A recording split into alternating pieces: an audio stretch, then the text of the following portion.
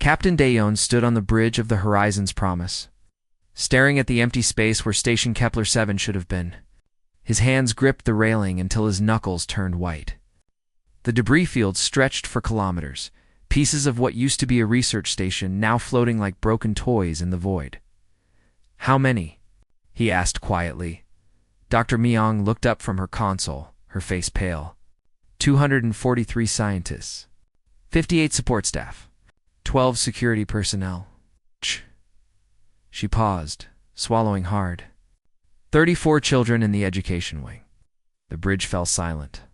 Dayon closed his eyes. This was the third station in 2 weeks. The numbers kept growing. 847 humans dead in total, and the galaxy didn't seem to care. Any survivors? He already knew the answer. None, Captain. The life support systems were destroyed first.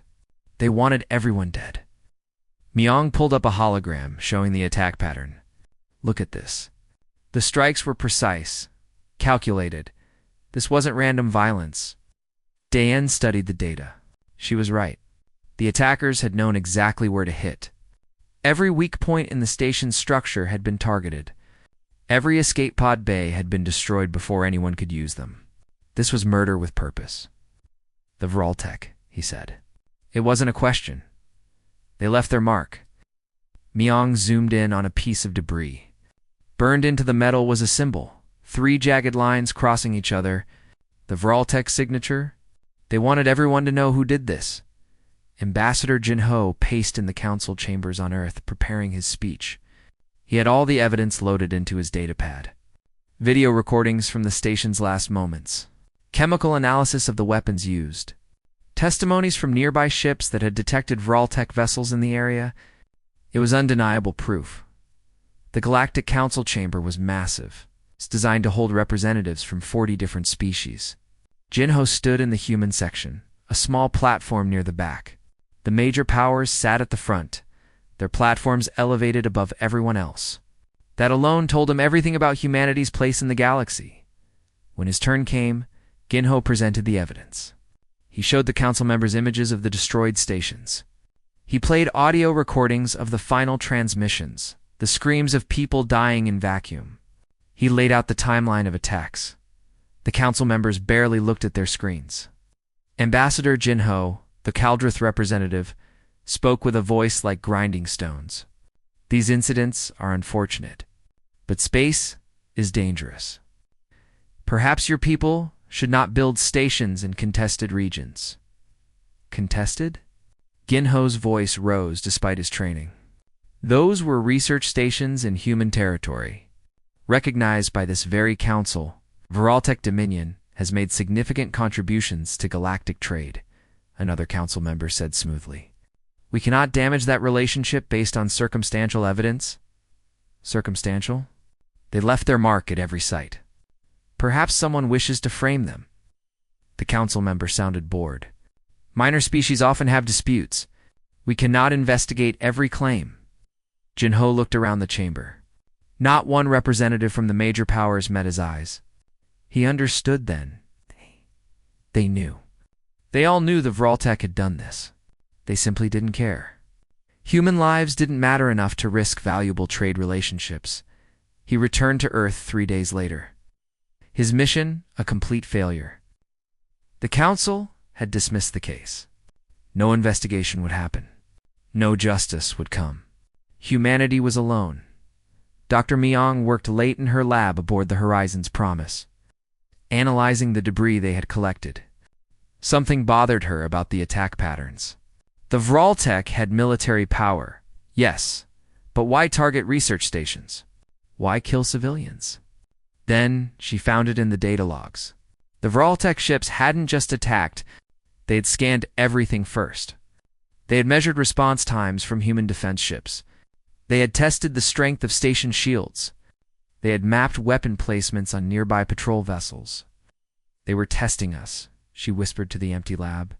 Her hands moved quickly across the keyboard, pulling up more data. Every attack had been a test. The Vroltek were gathering intelligence, learning everything about human defenses. But why would they need that information, unless... Mi Young ran to the bridge.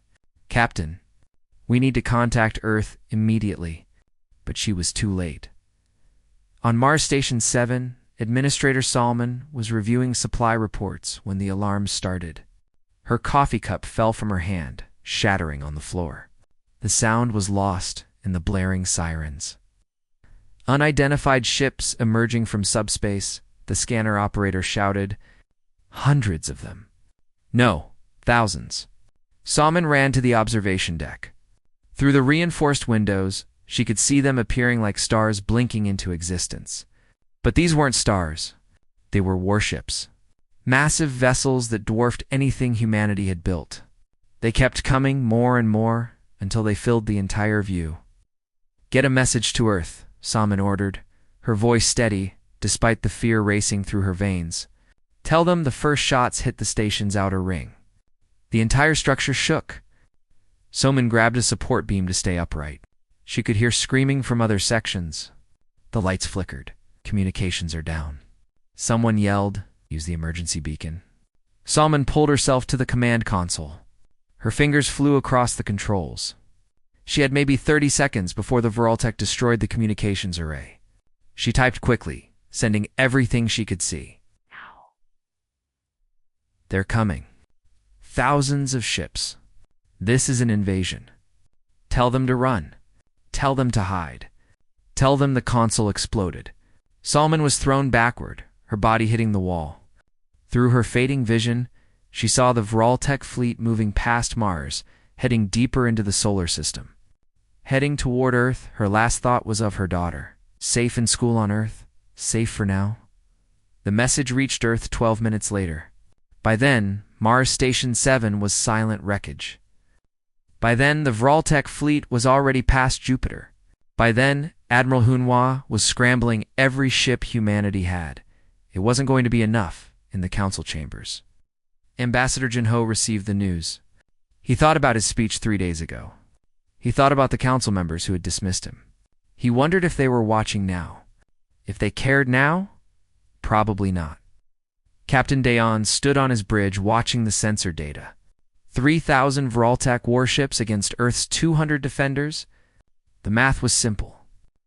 Humanity was going to lose. Unless they didn't fight like the Viraltech expected. "Contact Admiral Hunhua," Dayon ordered. "Tell him I have an idea. A terrible, desperate, probably insane idea." "What kind of idea, Captain?" Dayon smiled, but there was no humor in it. "The kind we used to use. Before we became civilized. Before we joined the galaxy.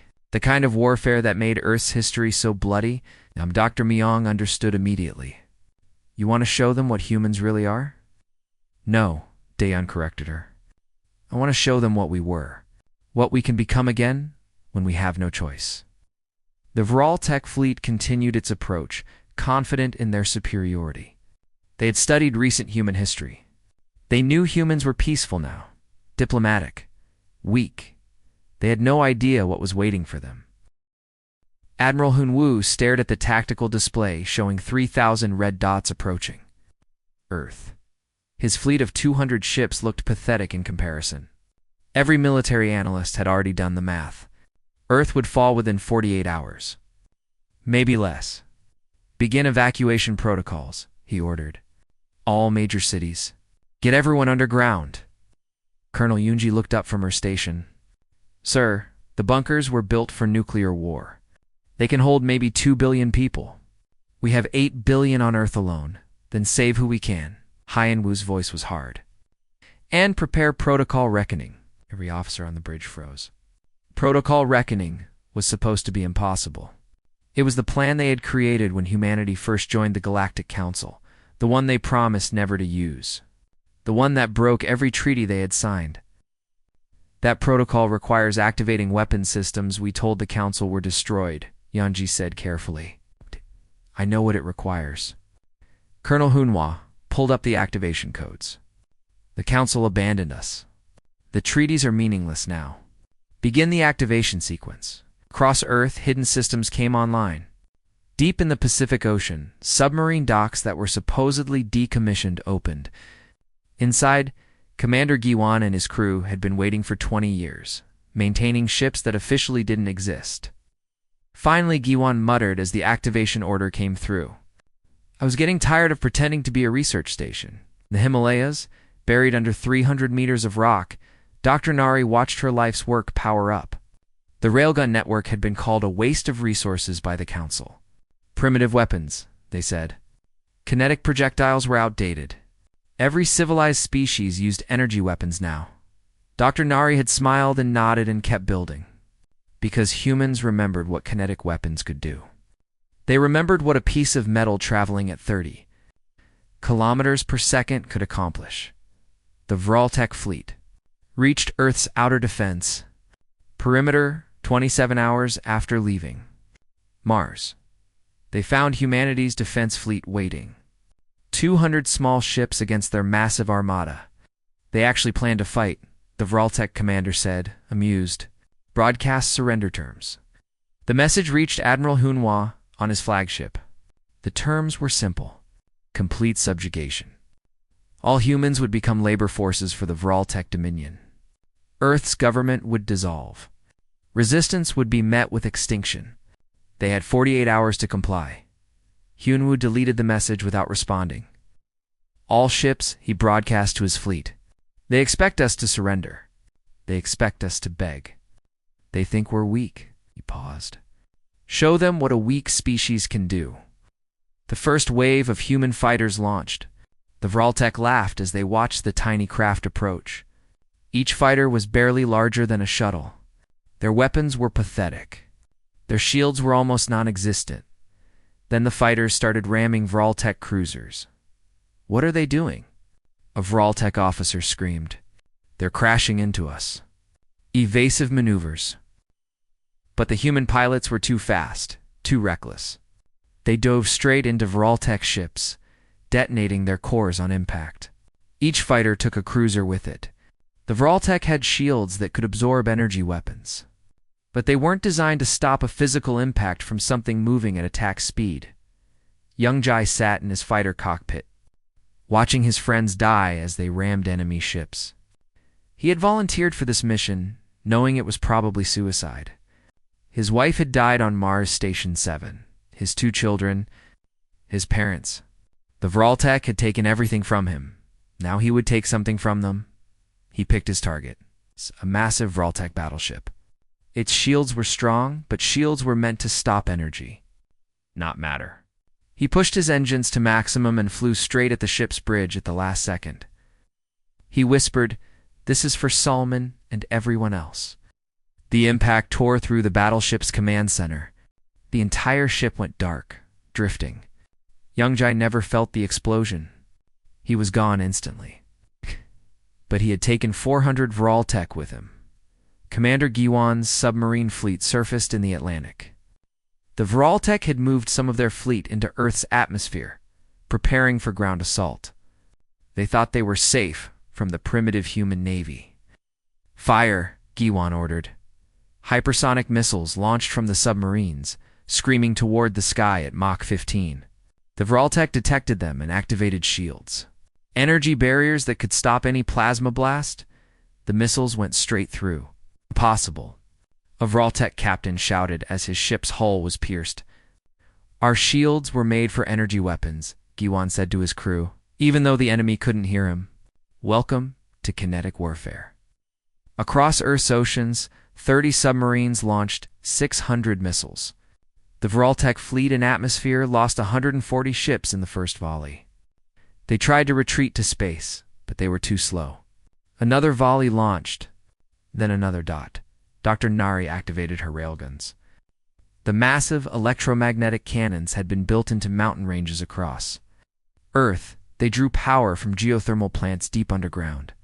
Each cannon could launch a tungsten rod the size of a telephone pole at 30 kilometers per second. The Vraltek fleet in orbit detected the launches and laughed. More primitive kinetic weapons. Their shields would stop them easily. The first rod hit a Vraltek carrier. The shield absorbed maybe 10% of the kinetic energy. The other 90% tore through the ship like paper. The rod punched through the entire vessel and came out the other side.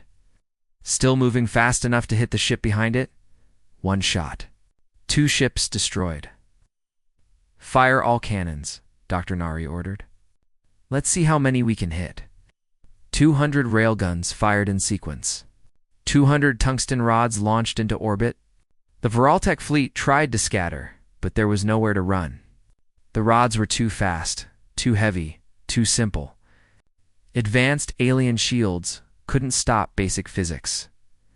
Admiral Hyunwoo watched the tactical display as the Voraltech fleet began to break apart. They had lost 500 ships already. 500 out of 3,000. It wasn't enough. Colonel Yunji, activate the gravity mines. Yunji hesitated. Sir, those are banned by 14 different galactic treaties. So is genocide, Hyunwoo said coldly. Activate them. Around the Voraltech fleet, thousands of tiny devices that had been floating in Earth's orbit suddenly powered on. They were simple in concept. Each one created a small gravitational anomaly. One device was harmless. 1,000 working together could tear a ship apart. The Voraltech fleet found themselves pulled in different directions. Ships collided with each other. Some were dragged into Earth's atmosphere where they burned up. Others were pulled too close to the moon's gravity well. The formation collapsed into chaos. It isn't possible, the Voraltech commander shouted. They're a primitive species. Where did they get this technology? His second officer pulled up files from the human database they had studied. Commander, I think we made a mistake. We only studied the last 50 years of human history. The peaceful years. But before that what? Before that, humans were at war with each other for their entire existence. They developed thousands of ways to kill. They only stopped recently. The commander stared at the tactical display, showing his fleet being destroyed by simple kinetic weapons and gravity tricks. They were pretending. All this time, they were pretending to be weak. No, sir, the second officer said quietly. I think they were trying to be better. We just reminded them of what they used to be. On Earth, Captain Dae-yoon stood with Ambassador Jin-ho, watching the battle from a command center. The council is demanding we stop, Jin-ho said. They say we're being too brutal, too uncivilized. Daeon laughed bitterly. Too brutal. The Voraltech killed our children, and the council did nothing. Now we defend ourselves, and suddenly they care about civilization? They're afraid, Jin-ho said. They're seeing what humans can do when we stop playing by their rules. Good, Daeon said. They should be afraid. The Voraltech commander made a desperate decision. If he couldn't win with military tactics, he would simply destroy the planet. All ships prepare for planetary bombardment. Turn Earth into a dead rock. Before he could give the order, Colonel Yunji activated the final trap. Every gravity mine in orbit synchronized. They created a massive gravitational lens that bent space itself. The Voraltech fleet found themselves pulled together, ship crashing into ship, in 45 seconds. The Voraltech lost 800 more ships. Admiral Hyunwoo opened a channel to the remaining Voraltech forces. You came to exterminate us. Now run home and tell your people what happens when you attack humanity. Tell them we are not weak. We are not prey. And if you ever come back, we will find your homeworld and return the favor. The surviving Voraltech ships tried to retreat into subspace, but humanity wasn't done. Admiral Hunwal gave the order that changed everything about Earth's place in the galaxy. Pursue them. No. No survivors. No mercy. Captain Sujin commanded the pursuit. Fleet 30% of Earth's fastest ships loaded with weapons the Galactic Council had never seen. They followed the Voraltech through subspace, tracking their energy signatures. The aliens thought they were safe once they left Earth's system. They were wrong. The first Voraltech ship they caught was trying to repair its engines near a dead moon. Sujin's fleet dropped out of subspace and opened fire immediately. The Voraltech captain tried to surrender, broadcasting on all frequencies. Surrender, Sujin said quietly. Did you let our children surrender at Mars Station 7? The Voraltech ship died in silence. Back on Earth, the cleanup was beginning. Commander Giwan's submarines had returned to port. Dr. Nari was shutting down the railgun network. The gravity mines were being deactivated. But the war wasn't over. was just beginning in the ruined streets of Seoul. Yeho led a team of fighters through wreckage. Some Vraltek soldiers had made it to the surface before their ships were destroyed. Now, they were hiding in the cities, trying to survive. Yeho had been a construction worker before the invasion. He knew every building, every tunnel, every hiding place in this part of the city. The Vraltek soldiers were trained for open warfare between ships. They had no idea how to fight in urban ruins. "Contact ahead," one of Yeho's team whispered. 3 Vraltek, armed, moving through the shopping district. Yeho signaled his team to spread out. They moved silently through the collapsed buildings.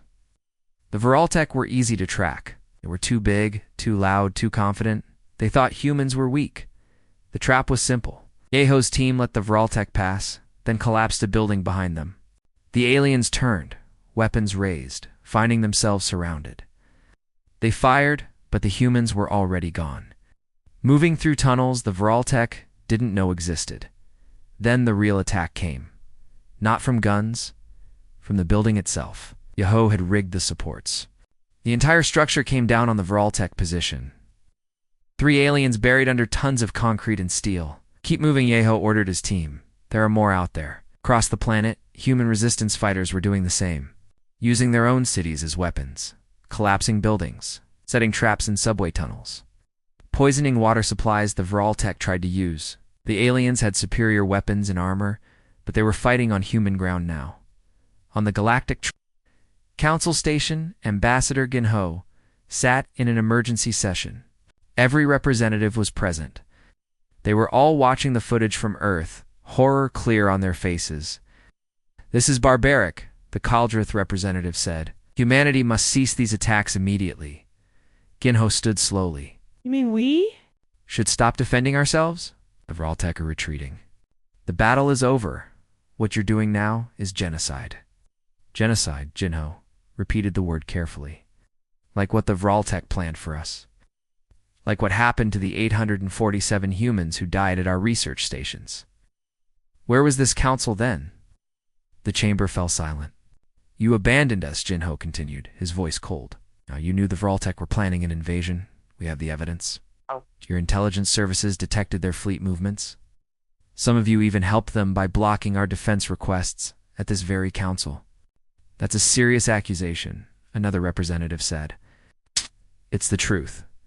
Ginho pulled up files on the main display. Communications between council members and Vraltek officials, trade agreements that depended on humanity remaining weak, secret meetings where Earth's fate had been discussed like a business transaction. You sold us out for profit. Now you want to lecture us about being civilized? Ginho looked around the chamber. Humanity is done playing by your rules. We're done being the weak species you can ignore. From now on, Earth makes its own decisions. You cannot threaten this council, the Kaldrith representative said, but his voice shook. That wasn't a threat, Ginho said. That was a fact. 3 days later, Captain Sujin's fleet cornered the last major Vraltek battle group near their home system. The aliens had nowhere left to run. Their home world was right behind them. Captain Warrant Officer Minho said quietly, "We have firing solutions on their planet. If we launch now, we could destroy their orbital defense platforms, leave them defenseless." Sujin stared at the tactical display. One command and she could render an entire species helpless. The Vraltek had tried to do the same to humanity. This would be justice. "Hold fire," she finally said. "Captain, we're not like them, Minho. We won't attack civilians. We came here to end the Vraltek military, not commit genocide." Sujin opened a channel to the Vraltek fleet. "This is Captain Sujin of the Terran Defense Force. You have 2 choices. Surrender your ships and face trial for war crimes, or die here. You have 5 minutes to decide." The Vraltek commander appeared on screen. He looked beaten, exhausted. "If we surrender, what happens to our world? Nothing. We don't make war on children." Sujin's voice was hard. "But every military installation you have will be destroyed. Every shipyard, every weapons factory. You attacked Earth because you thought we were weak. Now you'll learn what real weakness is." The Vraltek fleet powered down their weapons. One by one, they transmitted surrender codes. It took 6 hours to process them all. 6 hours of Vraltek warships submitting to human authority. Dr. Myong was analyzing data, but she found something that made her blood run cold. Hidden in the Vraltek communications they had intercepted was a message, not from the Vraltek, from someone else. Someone who had been watching the entire war. She ran to find Captain Daeyoon. "We have a problem, a big one." Daeyoon looked up from his report. "What now?" The Vraltek invasion wasn't their idea. They were hired. Someone paid them to test humanity's defenses. Myong pulled up the message. A species called the Kathros Collective. They're apparently much more powerful than the Vraltek, and they've been watching everything we did. Why would they do that? The message says they're looking for potential allies, or potential threats. They wanted to see how humanity would respond to an extinction-level attack. Myong looked scared. "Daeyoon, we passed their test. They're impressed with what we did. Now they want to meet us. It sounds like a threat." "It is, because the message ends with this." Myong played the audio. A voice that sounded like wind through metal spoke in perfect English. "Impressive display, humans. We will be watching. When the time comes, we will test you properly." Admiral Hyunwoo received the same message an hour later. He called an emergency meeting with all of Earth's military leadership. Colonel Yoonji, Commander Giwon, Dr. Nari, Captain Daeyoon, and dozens of others filled the secure conference room. "We just finished one war," Hyunwoo said. "Now it looks like we might be facing another, a bigger one. Against who?" Giwon asked. "We don't know. This Kathros Collective could be anywhere. We don't know their strength, their location, or their intentions." Hyunwoo pulled up what little data they had. "All we know is they're powerful enough to hire the Vraltek as test subjects." "Then we prepare," Colonel Yoonji said simply. "The same way we prepared for the Vraltek. We build weapons they don't expect. We train for warfare they don't understand. We become something they can't predict." Dr. Nari nodded. "I have designs for new weapon systems. Things that would make the railguns look simple. But they're expensive. Building them would take years." "Start building," Hyunwoo ordered. "We have time now. Let's use it." On the Vraltek homeworld, their emperor signed the surrender documents. Earth's terms were brutal, but not unreasonable. Complete military disarmament, war crime trials for the invasion leadership, reparations to be paid over 50 years, and most importantly, a public admission of guilt. Ambassador Jinho, just as the Vraltek Emperor read the statement to the entire galaxy. "We attacked Earth, believing they were weak. We were wrong. We underestimated their resolve, their ingenuity, and their will to survive. We paid the price for our arrogance." It was the first time in galactic history that a major military power had been forced to surrender to what they called a minor species. The galaxy was changing, and humanity was the reason why. Back on Earth, Yeho stood at the memorial built for Mars, Station 7. 312 names were carved into black stone. He found someone's name and touched it gently. "We won," he said quietly. "We survived, but it cost so much." Around him, thousands of other people stood at similar memorials, remembering the dead, honoring the sacrifice, understanding that humanity had been forced to become something darker to survive. "Do you think it was worth it?" someone asked behind him. Yeho turned to see a young woman, maybe 20 years old. She was holding flowers. "Was it worth it?" Yeho repeated the question. He thought about everyone who died. He thought about what humanity had to become. We're still alive. That has to be worth something. The woman nodded and placed her flowers at the memorial. Yeho watched her walk away and wondered if she had lost someone too. Probably everyone had lost someone. 6 months passed. Earth rebuilt its cities. The orbital defense platforms were upgraded with new weapons. Commander Giwon's submarine fleet expanded to 50 vessels. Dr. Nari finished her new railgun designs.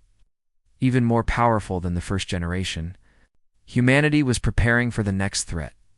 But the next threat came in a different form than they expected. Captain Sujin was patrolling the outer colonies when she detected a ship. Not Vraltek. Not any species she recognized. It was massive, easily 10 times the size of Earth's largest carrier. And it wasn't hostile. It was just sitting there waiting. "This is Captain Sujin, of the Terran Defense Force. Identify yourself. The response came immediately. We are representatives of the Cathros Collective. We wish to speak with your leadership. Please do not be alarmed. This is not an attack. Sujin kept her weapons armed.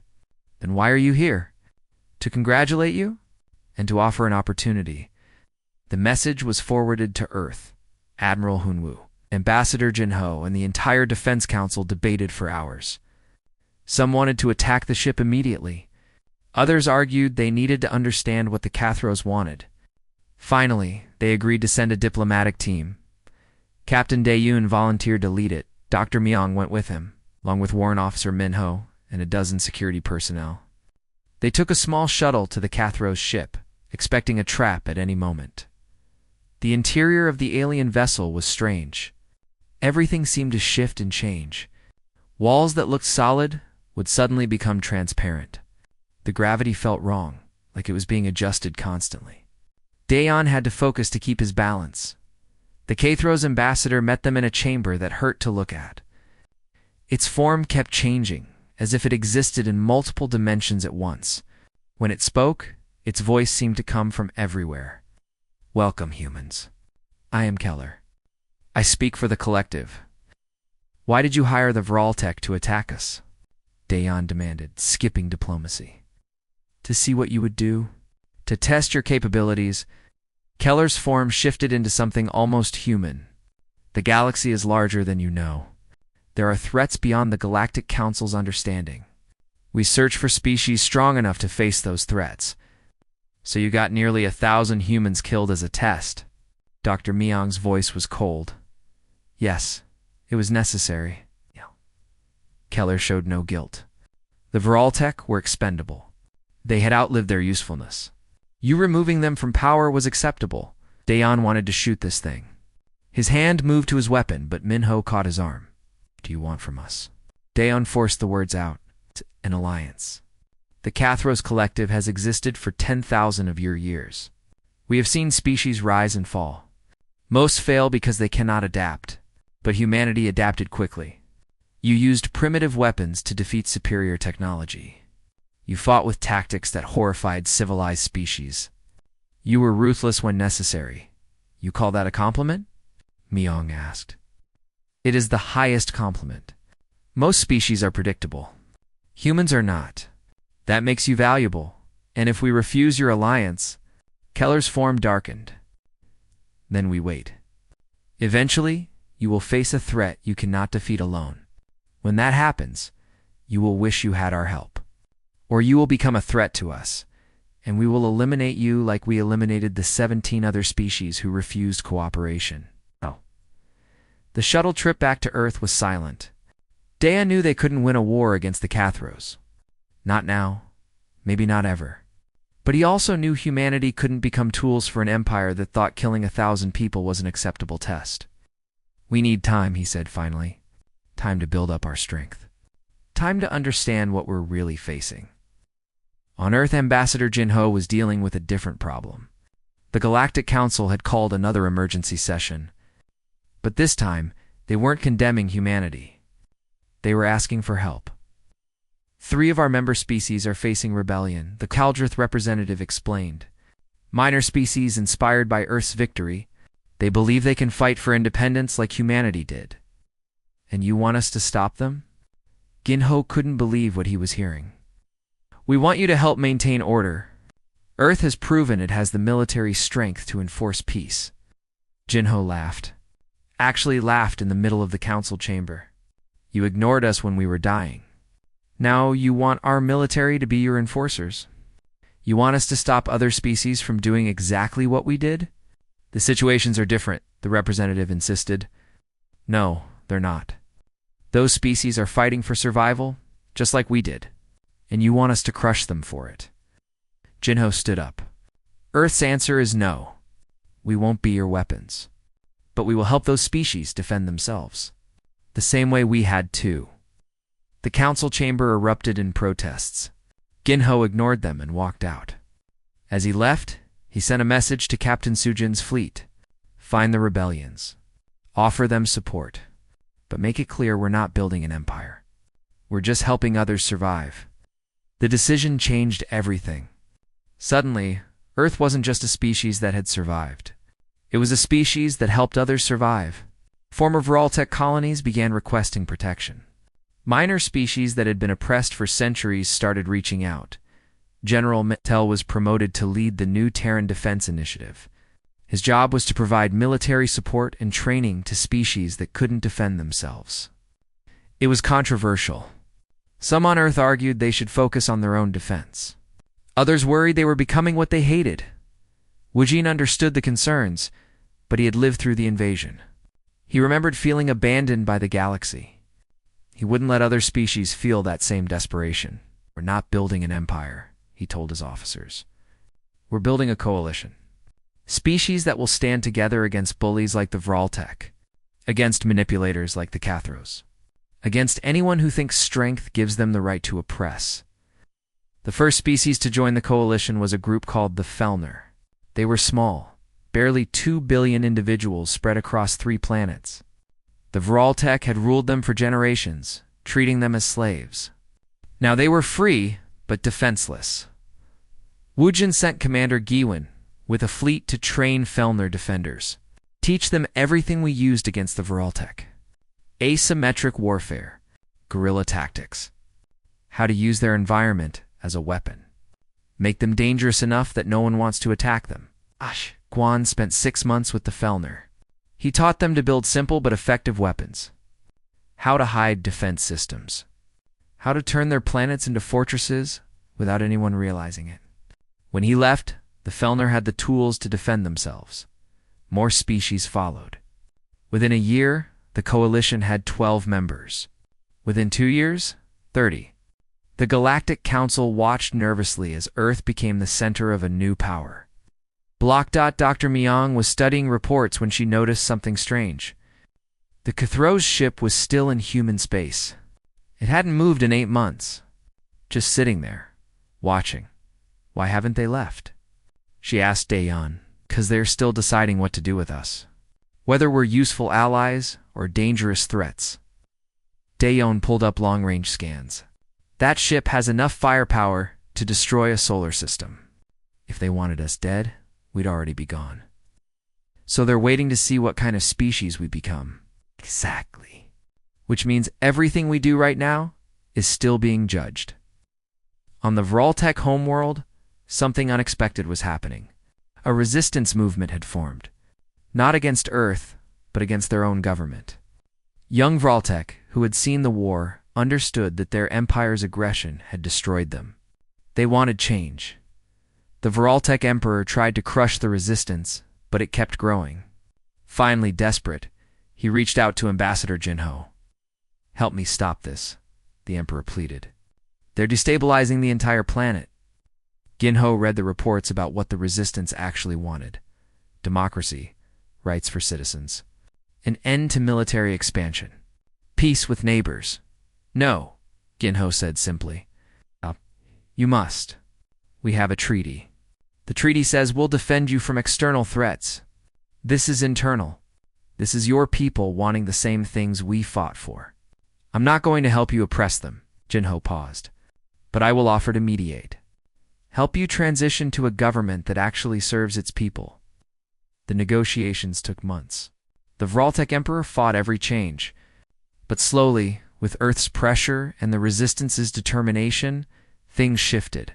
The Voraltech Empire became the Voraltech Republic, the first former enemy to transform because of Earth's influence. 2 years after the invasion, Earth had changed beyond recognition. The planet was now a fortress world, surrounded by defense platforms and patrol fleets. But more importantly, it had become a symbol, a place where a weak species had refused to die. President Tyone stood before the reformed Galactic Council, preparing to deliver the most important speech of her life. The council chamber had been reorganized. No more elevated platforms for major powers. Every species now sat at the same level. Earth had demanded that change as a condition for remaining in the council. 2 years ago, this council abandoned humanity, Tyann began. Her voice was calm, but hard. "You knew the Voraltech were coming. You knew they planned genocide. And you did nothing because it was convenient. Because we were weak and they were strong. The chamber was silent. Every representative knew where this was going. Today, I stand before you not to ask for justice. That time has passed. I stand here to ensure this never happens again to anyone. Tien pulled up images of the coalition.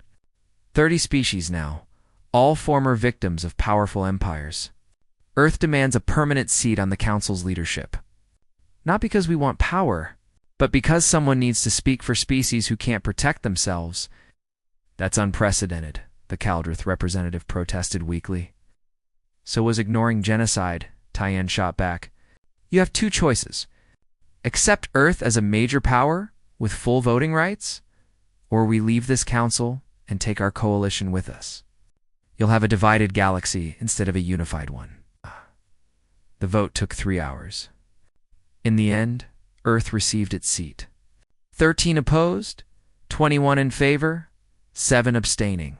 It was enough. Humanity was now officially a galactic superpower. General Wu Jin stood in the new defense headquarters on Luna. Looking at the tactical display showing coalition forces, he had 300 ships under his command now, with crews from a dozen different species. They had just finished a training exercise that would have been impossible 2 years ago. General, we have a situation, his aide reported. The Torvak Empire is threatening the Felner worlds. They're demanding tribute. Wu Jin studied the reports.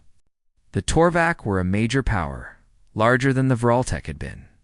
They had stayed neutral during the invasion, but now they were testing Earth's resolve. Send the Second Fleet to Felner space. Make sure the Torvak see them coming. Sir, the Torvak have 400 warships in that sector. We're only sending 50. I know. But they also know what 50 human ships can do. Wu Jin smiled grimly. Sometimes reputation is more effective than firepower. The Second Fleet, commanded by Captain Sujin, arrived at Felner space within 30 hours. The Torvak fleet was already there, positioned threateningly around the Felner homeworld. Sujin opened a channel to the Torvak commander. This is Captain Sujin of the Terran Defense Initiative. You are in coalition space without authorization. Leave immediately or face consequences. The Torvak commander appeared on screen. He was massive, easily 3 times human size, with armored skin and multiple eyes. You dare threaten us? We have 400 ships. We destroyed 3,000 Vraltek ships with 200. Do you really want to test, if the stories are true? Sujin kept her voice level. We don't want war with the Torvak, but we will protect our allies. Your choice. The Torvak commander studied his tactical display. He had read the reports from the invasion. He knew what humans had done. Slowly, he gave the order to withdraw. This isn't over. Yes, it is, Sujin replied. The age of stronger species bullying weaker ones is ending. We're making sure of that. Back on Earth, Dr. Myong was teaching at the new Xenobiology Institute. Her students came from all over the coalition, learning how to understand different species without prejudice. One student, a young Felner named Kalara, raised a question. Dr. Myong, why do humans care so much about helping us? What do you gain? Myong thought about Mars Station 7, about the 847 dead, about feeling abandoned by the galaxy. We know what it's like to be alone, she said quietly. We know what it's like when no one helps. We're making sure no species ever feels that way again. The Kathro ship finally moved. After 2 years of watching, it activated its engines and headed toward Earth. Admiral Hunwu put the entire defense fleet on alert. But the massive vessel just stopped in orbit and requested a meeting. This time, Keller came to Earth. The Kathro's ambassador materialized in a secure facility, his form still shifting and impossible to fully comprehend. President Tien met him with Captain Dayun and Ambassador Jinho. You have made your decision, Keller stated. You chose to build a coalition instead of an empire, to help the weak instead of dominating them. This is inefficient, maybe Tien agreed, but it's who we are. We were victims once. We won't create more victims. Collective believed you would become conquerors. That was what your test was supposed to reveal. Species capable of ruthless violence often seek to expand their power. We are capable of violence, Dayon said.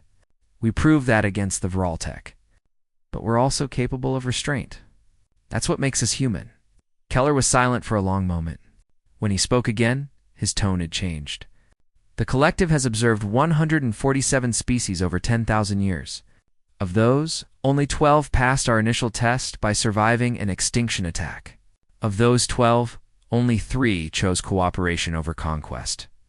Humanity is the third. What happened to the other 2? Ginho asked. They became our allies. They helped us build the collective into what it is today. We offer humanity the same opportunity, and if we refuse, then we leave you alone. We will not threaten you. You have proven your worth through your choices. Keller's form solidified into something almost respectful. The collective underestimated humanity. We thought surviving the attack was the test. We were wrong. The real test was what you did after, how you used your power. So this was all a test within a test, Myung said, understanding. You wanted to see if we'd become monsters. Every species that gains power faces that choice. Most become monsters. You did not. That is rare enough to be valuable. The negotiations for alliance took months. Earth demanded full autonomy for the coalition. No interference in internal affairs, and the right to refuse any Cathro's requests. To everyone's surprise, Keller agreed to everything. Why? Tyen asked. Why give us so much freedom? Because that is what makes you valuable. Controlled species are predictable. Free species adapt and innovate. We do not want tools. We want partners. A year later, Yeho stood at the Mars Station 7 memorial again. It had been 3 years since the invasion. The memorial had grown now, including names from all of humanity's losses. Thousands of names on black stone, but next to it, a new monument had been built. A statue of Salmon, the administrator who sent the warning that saved Earth. She stood with her hand raised as if reaching toward the stars. The plaque read, "She gave us time. We used it to survive." Youngjai walked up beside Yeho. He had survived his suicide run somehow, ejecting at the last second. Now he was an instructor at the military academy, teaching young pilots about sacrifice and restraint. "Do you think it's finally over?" Youngjai asked. "The fighting? Maybe, but peace is harder than war." Yeho looked at the memorial. "We have to stay strong enough that no one attacks us again, but not so strong that we become what we fought against. That's a difficult balance. Everything worth doing is difficult." At the military academy, Colonel Yunji was training a new generation of defenders. The students came from all over the coalition now. Humans, Fellner, reformed Vraltek, and dozens of other species learning to work together. Why do we train so hard if we're at peace? A young human student asked during a break. Youngji looked at the class. 30 faces from 15 different species, all looking to her for wisdom. She thought about the invasion, about the choices humanity had to make, about the balance between strength and mercy, because peace is not the absence of violence. She said carefully, "It's the choice not to use violence. But that choice only matters if you're strong enough to have a choice." The Vraltek attacked us because they thought we were weak. They thought we couldn't fight back. We proved them wrong. But we fought back brutally, the student pressed. We used weapons the galaxy considered barbaric. We showed no mercy. Was that right? I don't know, Youngji admitted. I'm a soldier, not a philosopher. But I know this. We survived. We protected our people. And when we won, we didn't become conquerors. We became protectors. That has to count for something. Another student, a Fellner, spoke up. My people were slaves for generations. The Vraltek told us we were too weak to be free. Then Earth showed us that strength isn't about size or technology. It's about will, about refusing to surrender. Exactly, Yunji said. Every species in this room was considered weak by someone. Earth, the Fellner, the Vraltek before they fell. But weakness is just a word stronger species use to justify oppression. We're making sure that ends. On Earth, in the rebuilt city of Seoul, a new museum opened. The Museum of Survival, they called it. It documented the invasion from start to finish. The attacks on the research stations, the desperate defense, the counterattack, the aftermath. But it also showed what came before: human history, wars and peace, cruelty and compassion. Everything that made humanity both dangerous and worthy.